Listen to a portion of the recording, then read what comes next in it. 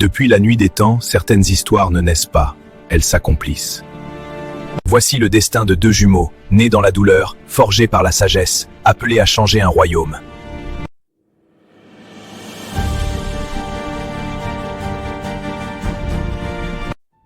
Je suis Monsieur Diallo, et aujourd'hui, je vous ouvre les portes d'un monde où le courage devient légende.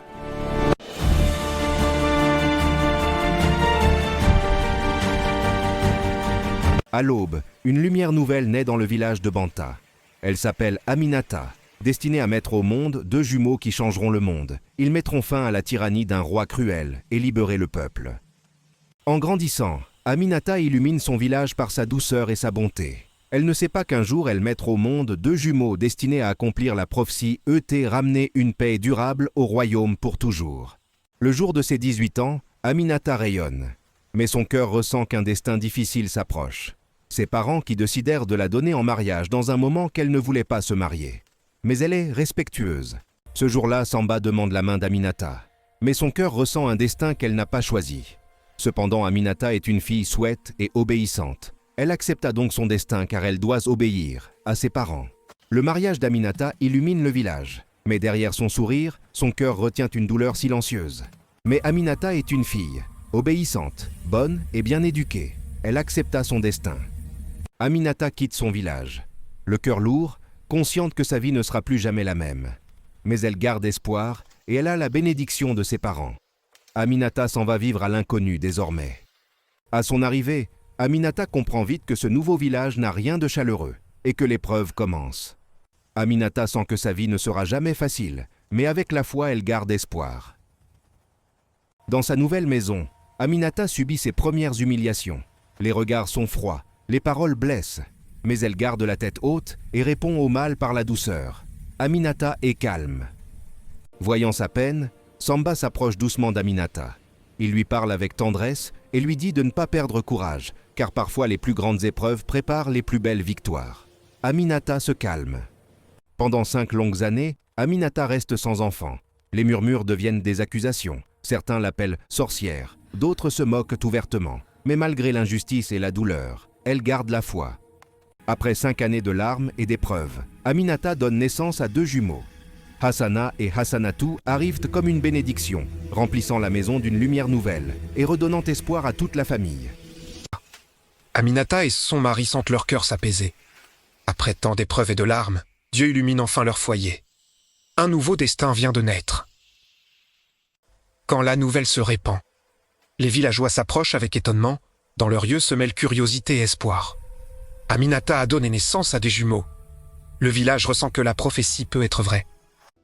Nous devons être prudents. La légende dit que c'est inquiétant.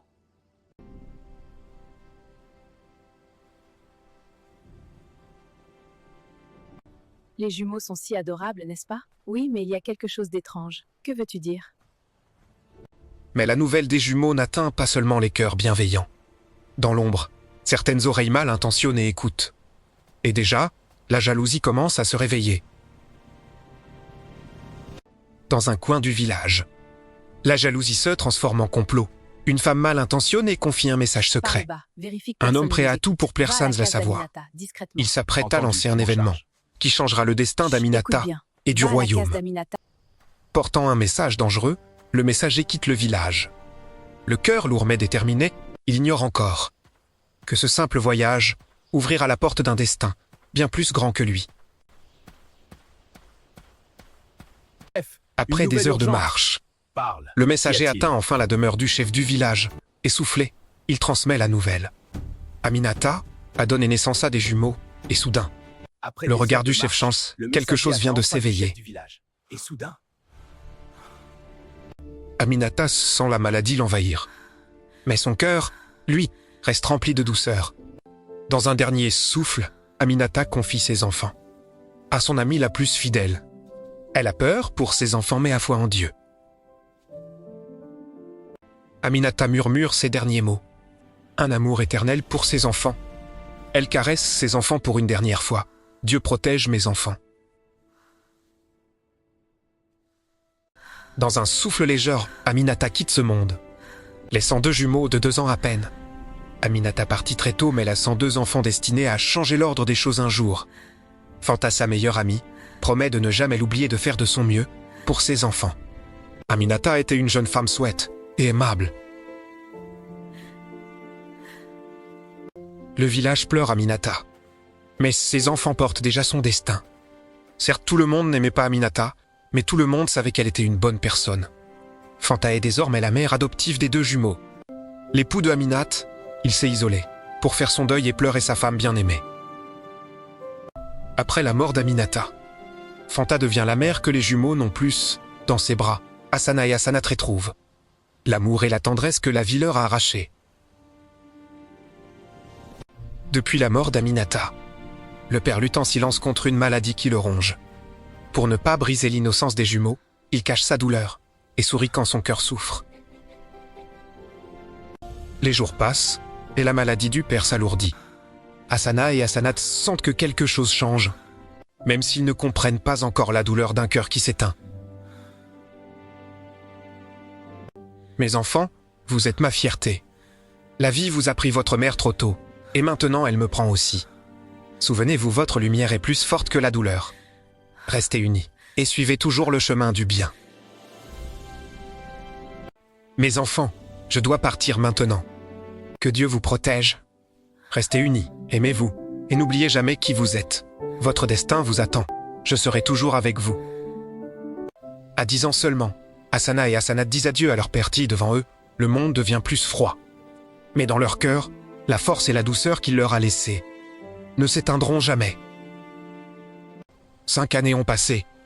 Sous l'amour de Fanta, Hassana et Hassanat sont devenus de jeunes âmes fortes, prêtes à marcher vers le destin que la prophétie murmure depuis leur enfance.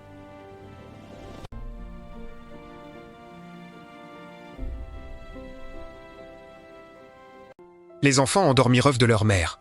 Le temps est venu. Votre destin est plus grand que ce village, le mal règne au loin. Et vous seuls portez la lumière, qui mettra fin aux ténèbres. Leur mère adoptive resta derrière eux, le cœur lourd mais rempli de fierté. Et, côte à côte, Hassana et Hassanat avancèrent sur le long chemin, unis, déterminés, vers le destin mystérieux que la prophétie leur avait réservé.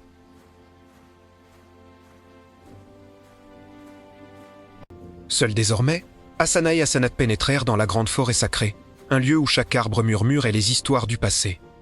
La lumière du soleil filtrait entre les feuilles, guidant leurs pas encore hésitants. Le vent, doux et mystérieux, enveloppait leurs silhouettes, comme pour les accueillir dans un monde où leur destin venait seulement de commencer. Après de longues heures de marche, ils atteignirent les montagnes rouges, immenses et majestueuses. L'air y était plus froid, le vent plus puissant, mais les jumeaux avançaient côte à côte, unis par la force de leur courage. Chaque rocher gravi leur révélait un horizon plus vaste que tout ce qu'ils avaient connu. Ils comprirent que ce voyage demanderait de la volonté, de la patience et un cœur solide. Ils traversèrent un petit village paisible. Les habitants les observaient. Les jumeaux continuaient leur route sans s'arrêter, portant leurs sacs, leurs provisions. Dans la nuit, ils s'installèrent près d'un petit feu de camp, seuls face aux étoiles. Ils contemplaient l'horizon, imaginant le maître guerrier dont parlait la prophétie. Ils repensaient aux paroles de leur mère adoptive, alors qu'ils s'enfonçaient dans la forêt sacrée. Hassana et Hassanat sentirent quelque chose d'étrange. Une lumière, un souffle, une présence invisible, leur destin les appelait. Et pour la première fois, la prophétie se manifesta devant eux. Caché dans l'ombre, le maître Condé observait les jumeaux depuis longtemps. Il savait qu'ils étaient les enfants de la prophétie. Il attendait ce moment depuis des années. Leur arrivée marque le début de leur destin. À cet instant, les jumeaux comprirent qu'ils n'étaient plus seuls. Devant eux se tenait le maître Condé. L'homme que la prophétie avait désigné, son regard portait la sagesse des anciens et le destin de tout un royaume.